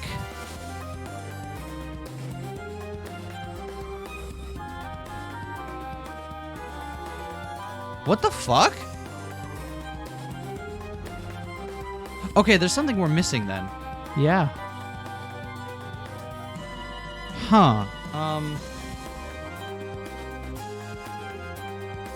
Maybe it'll become clearer as Yeah, they she's saying explain that it. she's saying that she met Rosa in the hallway at 1, but the murder could only have occurred between 24 and 1. Yep. What? Yeah. Dude, good observation. I was just ready to swallow this all hook, line, and sinker, and... So, what the fuck, then? if we're assuming that if we're assuming that the red truth hasn't suddenly stopped working, right? Mm-hmm. Then where's the hole in this? It's unclear. There must it's not that there's a hole for us. There must be a hole for her to have this argument, right? Yep. Damn. Okay. Well, let's keep going. Good call. Good shot there. High five. Oh, you're where? Okay. It was a weak high five because I have an elbow brace on. In other words, if that wasn't broken, it would mean no one entered or left that room between 1 a.m. and the next morning. The murder of Genji is also limited to between the span of 2400 and 1 o'clock.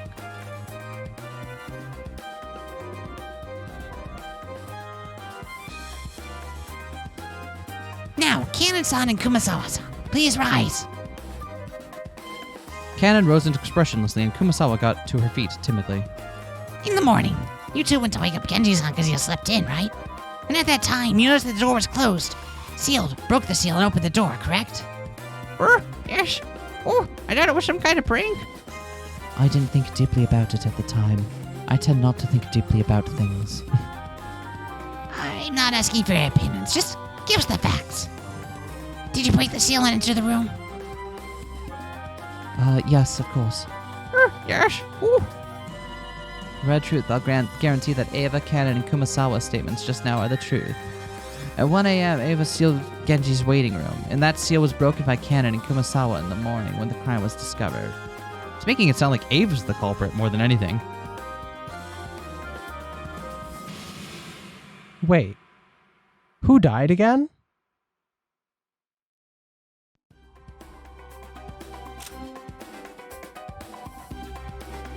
Genji died. Yeah. They're saying that Ava... What they're proving is that Ava sealed the room with his body in it. What the fuck? I don't know if she knew the body was in there or not, but... Either way, it's a fucked up thing to do. All this doesn't make Ava look more suspicious. What the fuck? This'll be a pain, so I'll add on some more, okay? During the short break at 1 a.m., the first two to leave the dining hall were Rosa and Ava. Until Ava returned, everyone in the dining hall remained there. For seeing Rosa off, Ava went to the waiting room and sealed it. Of course, she did not enter the room at all at this time. This is all information gathered from the people involved. It isn't a red truth without a basis. It's a truth due to proper reasoning constructed from testimony. Not only testimony, but the limits of scientific investigation, such as collecting fingerprints, were used here. After all, Kinzo studies a treasure vault with all kinds of chemicals. They obtained all sorts of results to create an ultimate truth, infinitely close to a red truth. This isn't a science mystery, so I'll spare you the details. As Erica swaggered around the cathedral, she arrogantly touted her scientific knowledge. She had thorough knowledge of all the chemicals in Kinzo's study and had used them to conduct a scientific investigation, which had now been acknowledged and made into red truth by Berncastle. We got and read that the detective should not be subject to... The detective is never the culprit, right? I think so. Did we also get and read that Furuto Erica is the detective? I don't know. We should review the red truth sometime soon. Oh, okay. She didn't explain the details, but she had obtained the results that were convincing without the red truth. Collecting fingerprints with an aluminium powder. Component analysis of the mud under someone's shoe and various chemical reactions from the clinging rainwater. Erica just walked into someone else's study several times and used several chemicals however she pleased, all without asking the family's permission. However, no one could fault her for this. The pieces couldn't hinder any action the detective might take for the investigation. That's the power of the detective's authority. You act like you own the place. From now on, I'll tell everyone I meet. If someone claims to be a detective, never welcome them into your house as a guest. That's probably a good idea. I also found all the coke, so... you know... Giving shelter to a detective is just about the worst omen of misfortune out there.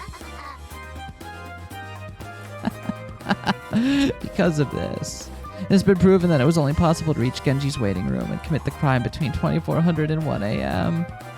And furthermore, by Erica's investigation, it's been proven that it was impossible for Genji to reach the cousin room. had already been made clear in red that after transferring the phone call to Natsuhi, Genji had gone straight back to the waiting room. And because of Erika's scientific investigation, further red had been added, saying Genji never left the mansion after 2400. Because of this, it's been made clear that Genji couldn't have reached the guest house, much less the cousin room.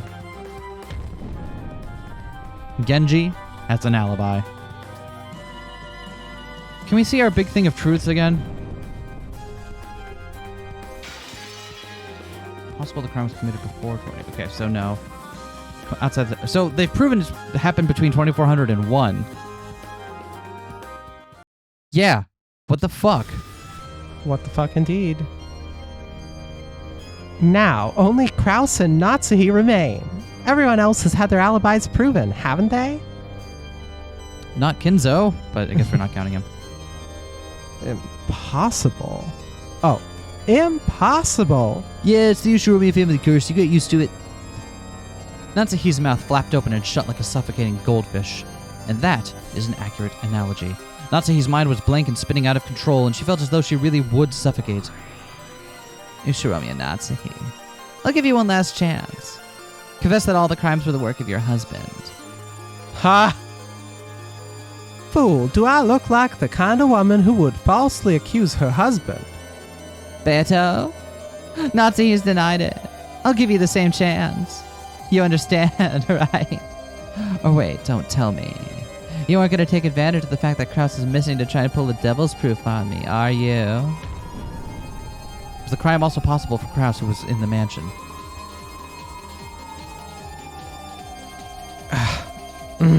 Beato realized that they were rapidly approaching the end of this battle. Normally, Beato should have been able to argue against these alibis of Erika's in several ways using the blue truth. However, all of those alibis have been accepted by Bernkastel and Lambda Delta as red truth. And Beato no longer had any room to argue.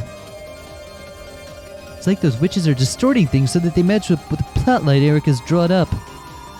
That's right. If the game master, Lady Lambda Delta, accepts the truth, its authenticity will not be questioned. The world that comes after will be formed based on the final remaining truth. This happens no matter how far this final truth is from the real truth. Hold on. Yeah. Fucking jams. Yeah. Hey, comment section. Hit me up again with this one, all right? Thanks. Appreciate it. There's no way Uncle Kraus is the culprit. He's being held prisoner somewhere, isn't he? Wait, we can't deny the possibility on Natsuhi was skillfully tricked into believing of that during the phone call. Do you suspect Natsuhi and Kraus, Battler-kun? Well, Erika's truth has been constructed in a cowardly fashion, but it is a proper truth. Though the witches did conspire with her, it has still been acknowledged as red truth. In other words, it cannot be a fake truth built solely on lies. This means that even Erika's truth is supported by logic. The truth about Natsuhi and Kraus being culprits is also very possible. Even if it's a mixture of truth and lies, it makes sense logically. It's a mixture of truth and lies that is just as valuable as truth is. Which of those two truths will you believe? That is up to you to decide. no. I'll trust Aunt Natsuhi and Uncle Kraus. I realize they're in some money trouble, but even so, I don't want to believe that they're the culprits. No, I can't believe it. On this game board where the red is steadily cornering Natsuhi, how do you intend to let her escape? I don't know. However, I seriously don't want to give up. Aunt Natsuhi just caught in a cowardly trap. Erika's reasoning has fallen for that trap completely. So whether it's intentional or she's being manipulated, Erika is aiding the true culprit. Erika's accused Aunt Natsuhi of being the culprit, but even if everyone here believes that, in fact, for that very reason, I want to be the one person who trusts Aunt Natsuhi. Here's something. Suppose the person enters between midnight and 1, does not commit the murder until after Rosa gets there, after 1, Okay. but before 3, when Battler's asleep and Erika sets up shop. Does that open things up a bit? So they entered during that time period. Yeah.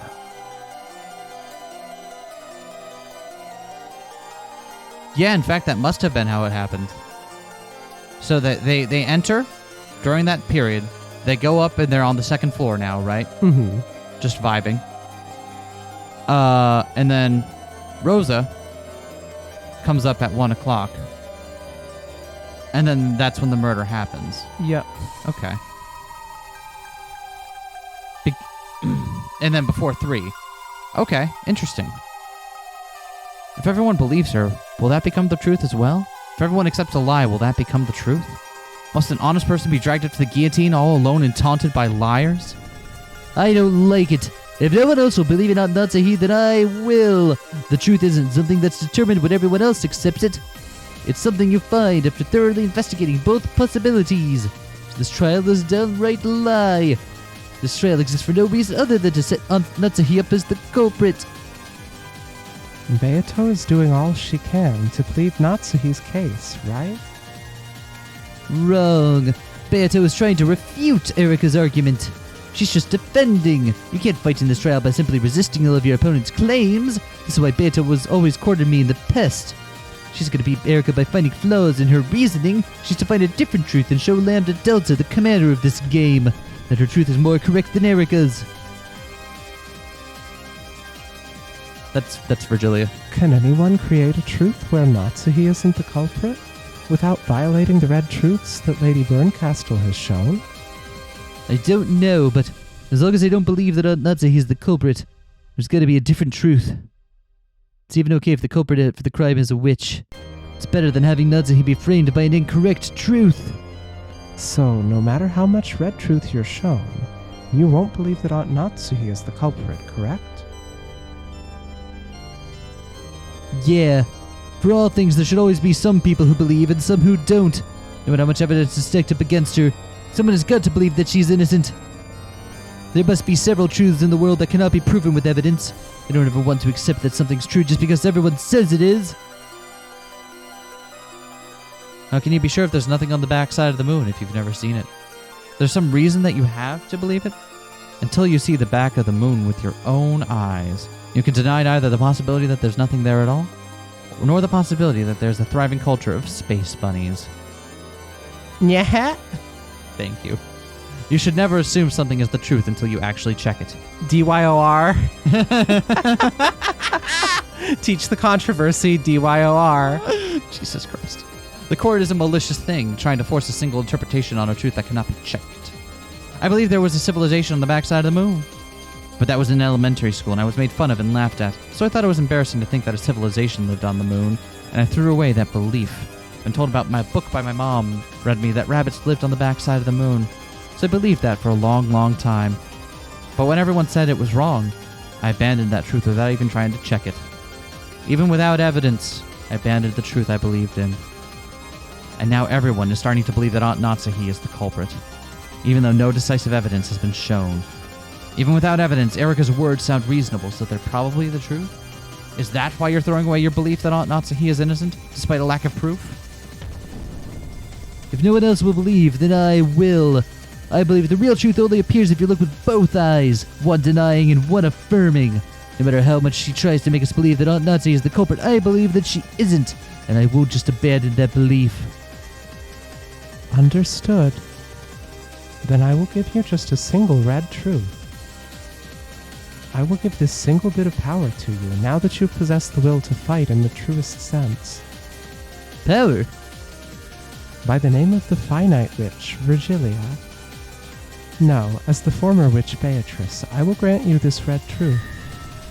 Ushiromiya Natsuhi is not the culprit.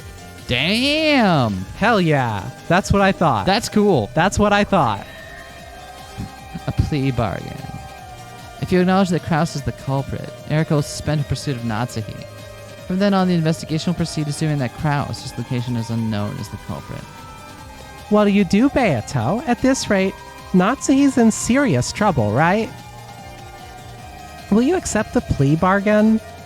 If you're willing to abandon this Ushiromiya family honor thing, Byrne will be kind enough to let you get off with a draw, okay? Kraus is currently missing, and it's unknown whether he's alive or dead. Like Kinzo, he's no different than a cat in a box that has disappeared into the mists of the island. A cat inside a box is unfixed, and no interpretation of it can be denied. to the root of the endless interpretations. The true source of the endless witch's power. In other words, no matter how much Bernkastel claims that Kraus is the culprit, she can't make that the sole truth.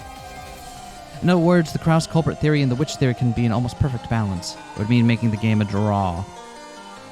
This was cajolery, offering her a second chance if she abandons the honor of the family she swore to protect, and consents to a fragment that stomps all over that honor. There's no room for false confidence.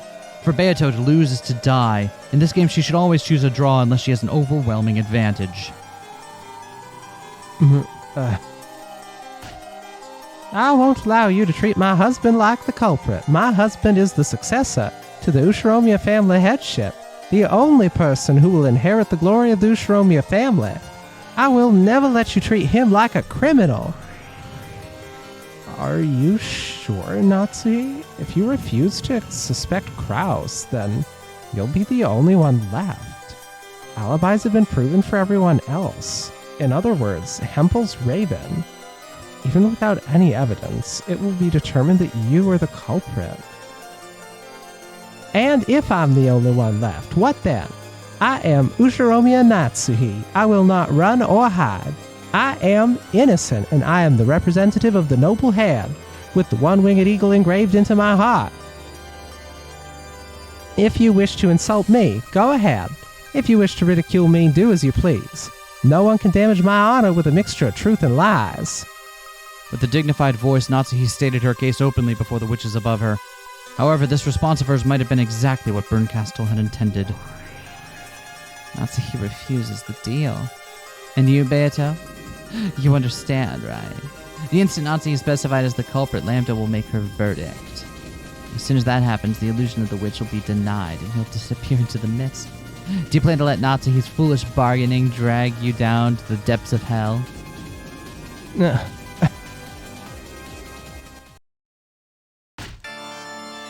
Richa, you fought well. This is our chance. Convince Natsuhi to try to work out a compromise. Both Lady Lambda-Delta and Lady Bernkastel have boredom, not you who's their true enemy. They probably want to have this game repeat and play some more. They see that you're willing to make a concession. They will most likely accept it gladly and move on to the next game. If we move on to the next game, then what will happen to the Natsuhi of this game? The Natsuhi of this fragment? Now isn't the time to be worrying about that, right? Natsuhi is just a piece. Even if she gets removed from the game, she'll show up again on the next one. That doesn't apply to you, milady. I believe you know what Lady Bernkastel plans for this game. It's a more realistic goal to make use of that and aim for victory in the next game instead. Accepting Lady Bernkastel's deal might be our one and only good option right now. Throw away that useless pride of yours. Neither Kasparov nor Deep Blue won every game. The person that wins the more games than the other wins in the end, right? If a witch gets too attached to a single match, a single life, a single piece, that witch dies. My apologies, but I cannot do that. I know the strength of a man who believed even though everyone said he was wrong. And I know the suffering he went through when he was forced to abandon that belief. I will not abandon Natsuhi. Why? Because if everyone else suspects Natsuhi, then someone has to believe in her. Because truth can only be found in the gap between those who doubt and those who believe. I won't abandon her. Even if everyone believes that Natsuhi is the culprit, I will still claim that I, the witch, am the culprit. If I can't even make that claim, then my existence isn't worth anything. I cannot lose. The truth isn't something anyone gets to deny. Only when you doubt and abandon it yourself does it disappear. Is that your answer, Beato? Yeah, of course I refuse. Ushiromiya Kraus is not the culprit. Ushiromiya Kraus is not the culprit.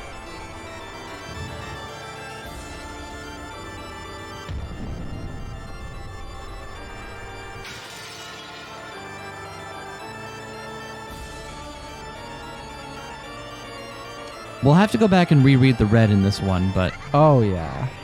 because, as you pointed out, there's clearly a flaw here. Mm-hmm. Cool. I won't let you take that back, okay?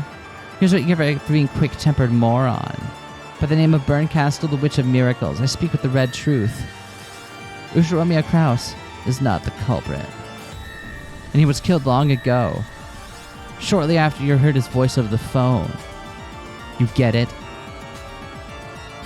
Heard his voice over the phone. Oh. So that phone call did happen. That phone call did happen, and it... Huh. Shit. Okay. I am feeling so vindicated for blindly trusting that it wasn't Natsuhi. Yeah, you should. You should. Fuck. Then who do we suspect now? Maybe Ava for being a fucking psychopath? Could be. It also doesn't have to be the same person for the first round of killings. True. And the next one. Okay. Shit. All right. No. Dear. Ah.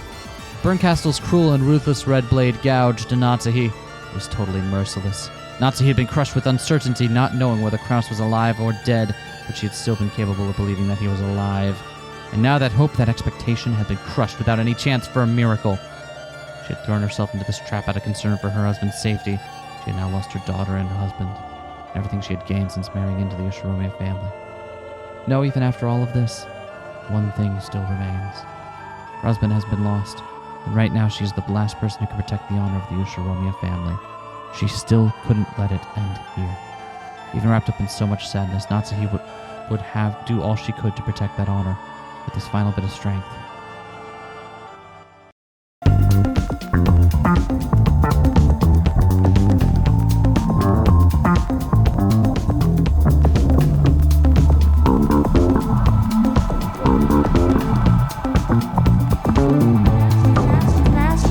Smash that like, comment and subscribe.